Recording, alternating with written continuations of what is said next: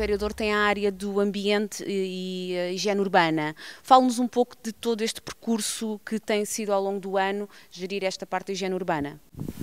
Efetivamente, faz bem ligar a higiene urbana com o ambiente, sendo, digamos, unidades orgânicas autónomas. O ambiente, o Barreiro quer-se-á muito de ter uma unidade orgânica autónoma relativamente ao ambiente, para efetivamente acompanhar de uma forma mais profunda as questões que naturalmente são relevantes para o ambiente, seja nas grandes intervenções que naturalmente sendo lideradas pelo planeamento, como seja PDMs, atualmente a questão das alterações climáticas, que efetivamente vai criar grandes problemas a longo prazo, digamos, aos concelhos da zona ribeirinha, e o Barreiro, portanto, tem uma zona ribeirinha bastante longa, que há necessidade de calcular. E também nas áreas verdes, portanto, efetivamente o Barreiro tem alguns nichos muito interessantes de áreas verdes, como seja o Parque da Cidade, como seja bastantes espaços verdes que existem e que há necessidade de efetivamente serem revitalizados para efetivamente o Barreiro poder vir a alterar, digamos, a sua imagem externa e gostaríamos de efetivamente o Barreiro passar a ser vista num futuro próximo. Não será assim tão próximo quanto nós desejaríamos, num futuro muito próximo, relativamente a poder ser uma cidade-jardim, naturalmente com as características da sua flora mediterrânica.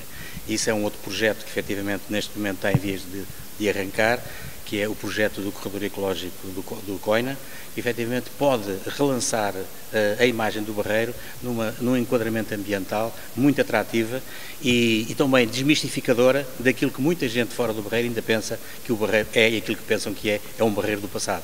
E queremos um Barreiro para o futuro que efetivamente atraia e que seja colocado ao serviço destas potencialidades naturais, humanas, que efetivamente o Barreiro tem.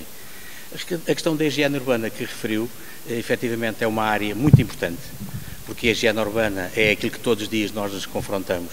Ruas mais limpas ou menos limpas, resíduos para recolher ou que não são recolhidos atempadamente. Nós neste momento, no Barreiro e enfim em todo o país, digamos fruto de alguma reanimação da atividade económica, é normal e é assim que acontece, que é a produção de maior número de resíduos. Sejam resíduos biodegradáveis, sejam resíduos seletivos, isso significa que há esse aumento de produção. No entanto, enfim, confrontámos-nos com os meios que a Câmara tinha e que neste momento não tem muitos mais, mas já são geridos de uma outra forma, que efetivamente por vezes não são suficientes e do início do mandato passámos efetivamente uns maus bocados relativamente aos meios de recolha dos resíduos sólidos urbanos.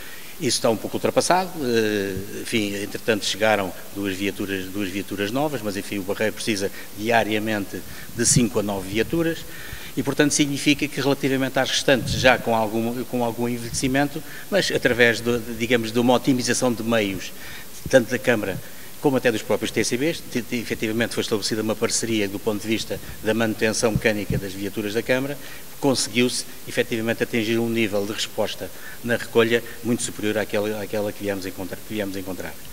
Por outro lado, a nível de outros meios, como sejam importantíssimos os meios humanos, há aqui uma dificuldade do ponto de vista social, que é levar todos os trabalhadores da área dos resíduos urbanos a acreditarem que eles são uma peça, um instrumento importante para a imagem do concelho. Não podem continuar a ser vistos pela população como os homens do lixo.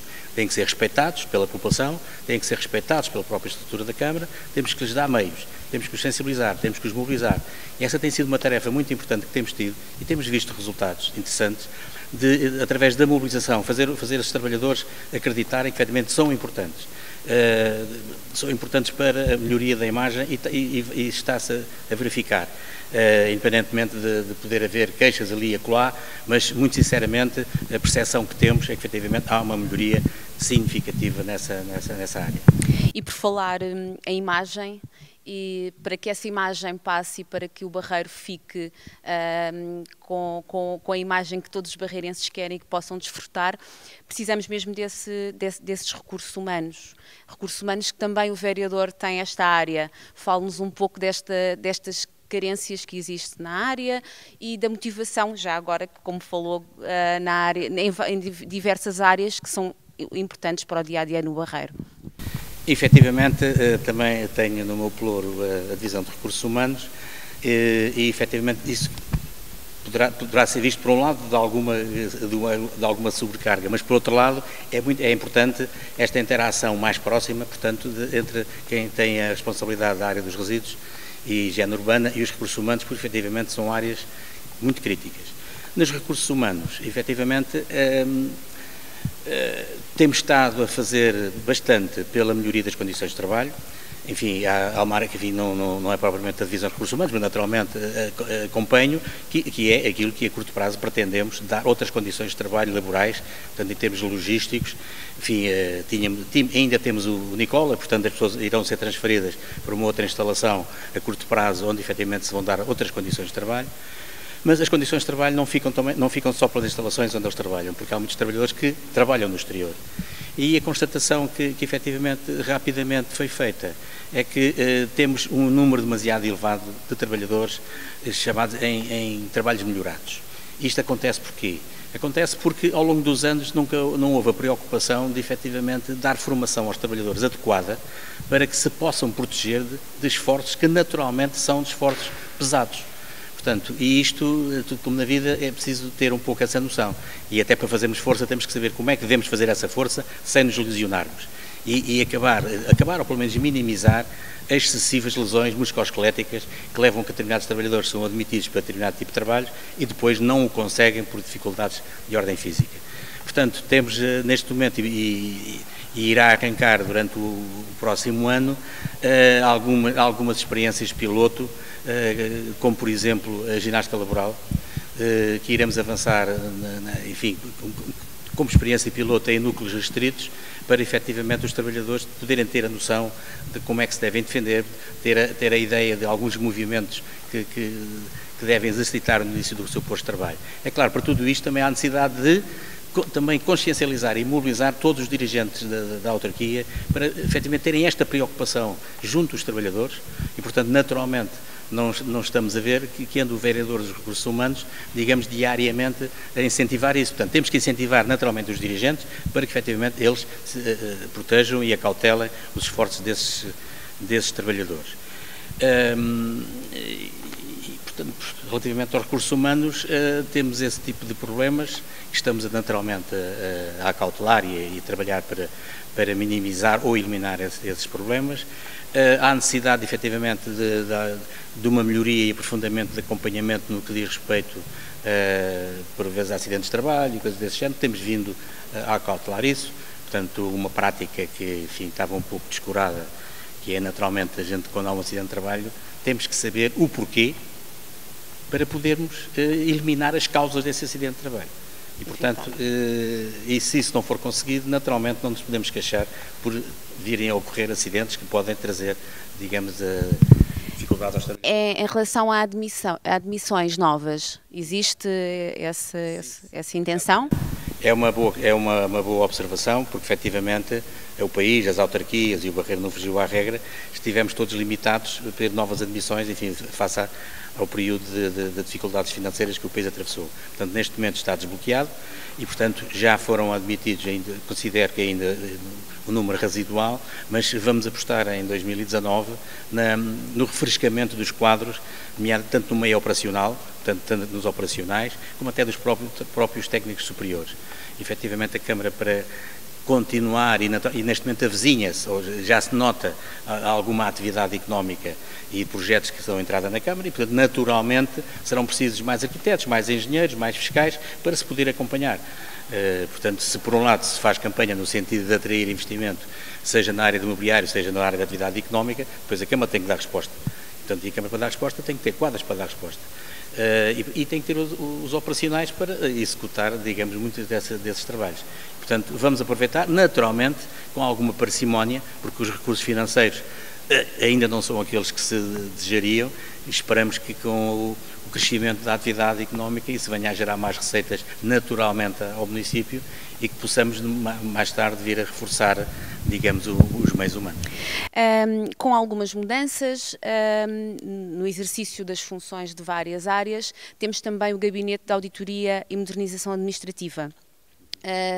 que fale-nos um pouco do que é que faz este gabinete, que é importantíssimo para a parte interna e para a parte externa do serviço da Câmara.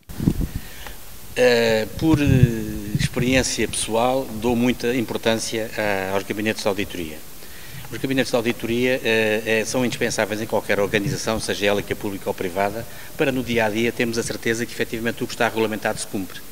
E quando não se cumpre, o porquê é que não se cumpre? E detectar efetivamente falhas na própria organização relativamente aos seus procedimentos. Isso é indispensável. Viemos encontrar o gabinete de auditoria que estava paralisado há 12 anos. Portanto, também constatámos que com muita falta de meios. Portanto, este ano foi um período em que ainda não se conseguiu arrancar completamente em termos de ações, mas é uma grande aposta que a Câmara tem que fazer, eu pessoalmente bastante empenhado nisso, porque apesar dos recursos humanos serem reduzidos, consideramos que temos pessoas muito empenhadas e sensibilizadas para um gabinete de auditoria e que se acrescentou uma direção administrativa, porque naturalmente, como há pouco referi, há uma grande ausência de regulamentação interna da Câmara e há necessidade, digamos, de regulamentar e uniformizar, digamos, determinadas práticas e procedimentos que é a forma, das melhores formas que eu conheço, para, digamos, lubrificar, digamos assim, digamos, o aparelho da Câmara para que ele possa funcionar de uma forma mais eficiente. Com estas áreas muito importantes para a cidade, porque todas elas são importantes, mas há algumas que mais relevantes do que outras, o vereador também tem a parte dos transportes coletivos do Barreiro. É uma área que muito trabalho tem, não é? E dá. É importante para os barreirenses, para as pessoas que trabalham no Barreiro. Fale-nos um pouco de todo o percurso durante este ano e o contacto com os transportes coletivos do Barreiro. Os transportes coletivos do Barreiro são uma peça, têm sido um instrumento estruturante do Concelho do Barreiro, tiveram o seu papel, têm neste momento o seu papel e neste momento trabalhamos fortemente para garantir um outro tipo de atividade, um futuro diferente para os TCBs, que passa por se consolidar e eventualmente crescer. Naturalmente está em curso o processo de aquisição de uma nova frota de autocarros, que era indispensável. Portanto, esperamos começar a receber entre março e abril uma nova frota, portanto, ao longo do ano 2019, para que efetivamente os TCBs possam confirmar aquilo que hoje somos vistos como um case study aí pelas câmaras da área metropolitana de Lisboa e quiçá até do país, que é um caso único da forma como tem funcionado e como operador. Não somos caso único enquanto operador interno, mas enfim, somos considerados, digamos, um caso exemplar.